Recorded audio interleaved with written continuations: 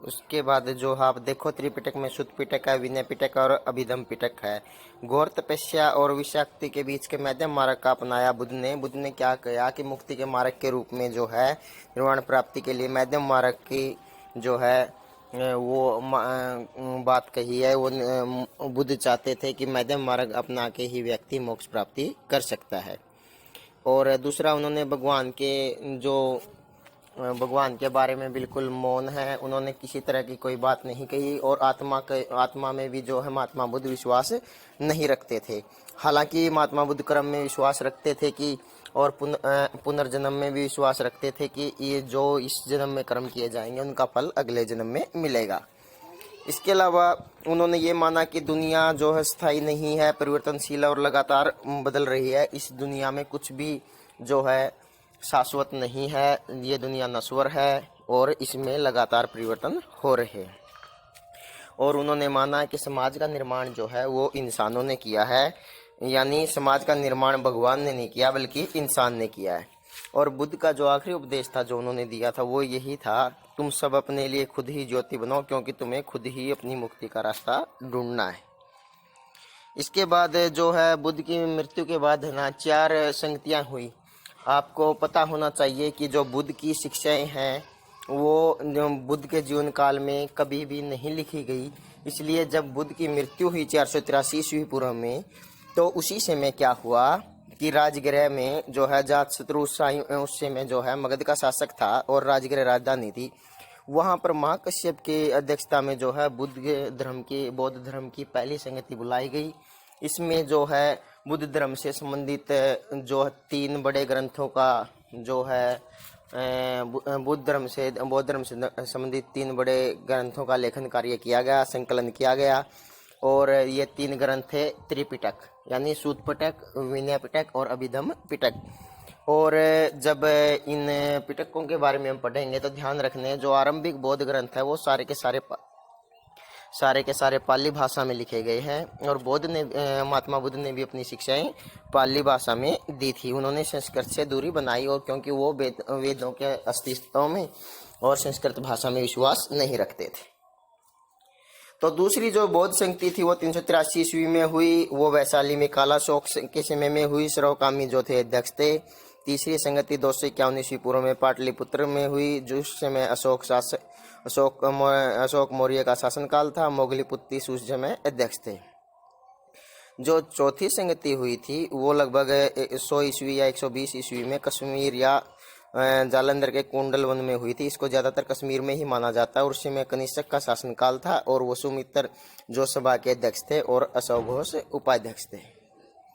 आगे चलकर बौद्ध धर्म 2 शाखाओं में बंट गया, एक तो हीनयान, एक महायान।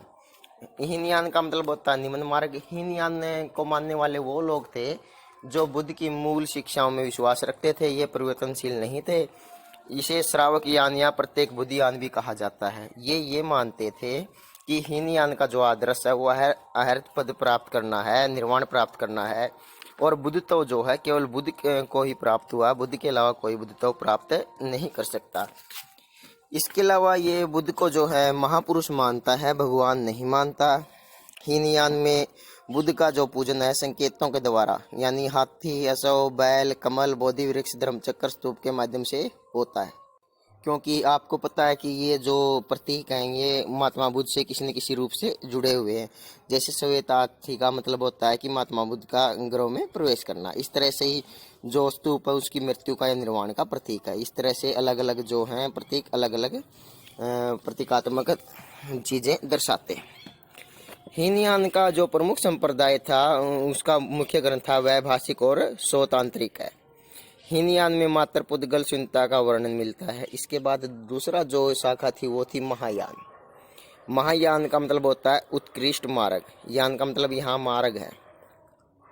इसमें क्या है कि श्रेष्ठ यान, बुद्धयान, एक यान या बोधिसत्व यान भी कहा जाता है इसको। यह समष्टिवादी मत है जो पूर्ण मानव जाति के कल्याण और परोपकार पर बल देता है। यानी हीनयान है वो कहते थे कि हीनयानी ये कहते थे कि जो व्यक्ति को पुण्य और पाप है वो व्यक्ति के साथ चलते हैं और यहाँ पर जो है पूरे समुदाय को साथ लेकर चला जा रहा है।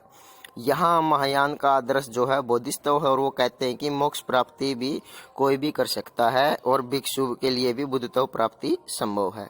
इसके अलावा जो है बाद में ये मूर्ति पूजा में भी विश्वास रखने लगे, और इसके अलावा जो है कुषाण शासकों ने जो है इस मत को समर्थन दिया। बाद में यही जो मत है ज़्यादा फैला, भारत में इसी मत का प्रचार प्रसार हुआ।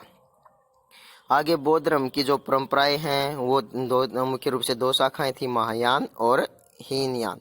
महायान में बुद्ध को भगवान समझा जाता है, उसकी पूजा की जाती है, और हीनयान जो है बुद्ध को इंसान समझता है। हीनयान जो है बुद्ध की मूल शिक्षाओं को जो मानता है, और महायान में जो है बुद्ध की शिक्षाओं में समय समय पर परिवर्तन किया जाता है, और ये परिवर्तनशील है। बौद्ध धर्म भारत में तेजी से क्यों फैला, इसके बहुत सारे कारण हैं। एक तो जो है हिंदू धर्म में आप देखो कितनी सारी बुराइयां थी। दूसरा, बौद्ध धर्म बहुत साधारण और सरल था, इसमें जाति प्रथा नहीं थी, समानता पर आधारित था, इसे कोई भी आसानी से अपना सकता था, ऊंच नीच का भेदभाव नहीं था, वर्ण व्यवस्था पर हमला किया था। इसके अलावा जो है ये बौद्ध धर्म उदार था, लोकतांत्रिक था, ईश्वर और आत्मा के अस्तित्व को नहीं माना।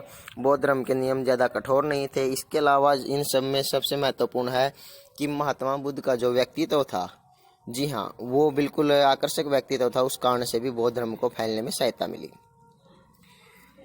आगे जो है स्तूप क्या होते हैं? ऐसी बहुत सी जगह है जिन्हें पवित्र माना जाता है, और इन जगहों पर बुद्ध से जुड़े हुए कुछ अवशेष जैसे बुद्ध की अस्थियां या बुद्ध द्वारा प्रयोग की गई वस्तुएं गाड़ दी गई, और जिन पवित्र स्थानों पर ये अवशेष गाड़े गए उन पर एक टिल्ले नुमा अर्ध अंडाकार संरचना बनाई गई जिसे स्तूप कहा गया। जैसे सांची का स्तूप और अमरावती का स्तूप इसके उदाहरण है, नागाकोंडा का स्तूप भी इसका उदाहरण है। स्तूप कैसे बनाए जाते थे? स्तूप ज़्यादातर बड़े बड़े राजाओं द्वारा बनाए जाते थे। बड़े बड़े राजा धन का दान करते थे जिससे स्तूप बनाए जाते। बड़े बड़े शिल्पकार व्यापारी लोग भी दान देते थे जिससे स्तूप बनाए जाते थे। कभी कभी गांव के साधारण महिला पुरुष भी दान देते थे। इसमें बहुत भिक्षुणियां भी दान देते थे। इससे पता चलता है कि ज़्यादातर स्तूप जो है दान से ही बनवाए गए थे। स्तूप क्यों बनवाए गए? ये बौद्ध धर्म की आस्था का केंद्र है। ये नहीं है कि देखो वो सबसे पहले जो स्तूप है वो बौद्ध धर्म में नहीं बनवाए गए। इनका बनाने का प्रचलन तो पहले से था, लेकिन बौद्ध धर्म के कारण इनको प्रसिद्धि मिली। और ये क्यों बनवाए गए? ये निर्वाण का और आस्था का प्रतीक थे। स्तूप की संरचना या बनावट कैसी होती थी? स्तूप को संस्कृत भाषा में टीला भी कहा जाता है। स्तूप का जन्म एक गोलार्ध लिए हुए मिट्टी के टीले से हुआ। इसे बाद में अंड कहा गया। धीरे धीरे इसकी बनावट में बदलाव होने लगा। अंड के ऊपर एक हर्मिका होती है। यह एक छज्जे जैसा ढांचा देवताओं का घर समझा जाता है। हर्मिका से एक मस्तूल निकलता है जिससे यष्टि कहते हैं, जिस पर अक्सर एक छतरी लगी हुई होती है। टीले के चारों ओर एक वेदिका होती है। तोरण द्वार स्तूपों की सुंदरता को बढ़ाते हैं। उपासक पूर्वी तोरण द्वार से प्रवेश करके स्तूप की परिक्रमा करते। आगे है जो अमरावती का स्तूप था वो नष्ट क्यों हो गया था, और सांची का स्तूप था वो क्यों बचा हुआ रहा था। तो अमरावती स्तूप का नष्ट होने का कई कारण थे। एक तो मुख्य कारण ये था कि इसके संरक्षण की ओर किसी भी अधिकारी या राजा या नवाब ने ध्यान नहीं दिया। दूसरा, इसकी जो खोज है वो बहुत जल्दी हो गई थी। आपको पता ही है कि जो अमरावती का स्तूप है इसकी खोज जो है वो 1797 ईस्वी में कोलिन मैकेंजी के द्वारा कर ली गई थी। इसके अलावा ये जो अमरावती का स्तूप था, पहली बात ये आंध्र प्रदेश में था, और आंध्र प्रदेश के जो कमिश्नर में अमरावती की यात्रा की 1854 में, वहाँ उन्होंने जाकर बहुत से पत्थर और मूर्तियाँ जमा की और उन्हें मद्रास ले गए। उन्होंने बताया कि अमरावती का स्तूप बौद्धों का सबसे शानदार स्तूप था। 1850 में अमरावती के पत्थर अलग अलग जगहों पर ले जाए गए। कुछ तो कलकत्ता की जो एशियाटिक सोसाइटी ऑफ बंगाल थी ना, जी हाँ, विलियम जोन्स ने जिसकी स्थापना की थी, कुछ पत्थर तो वहाँ ले जाए गए। कुछ पत्थर मद्रास में, कुछ लंदन में ले जाए गए।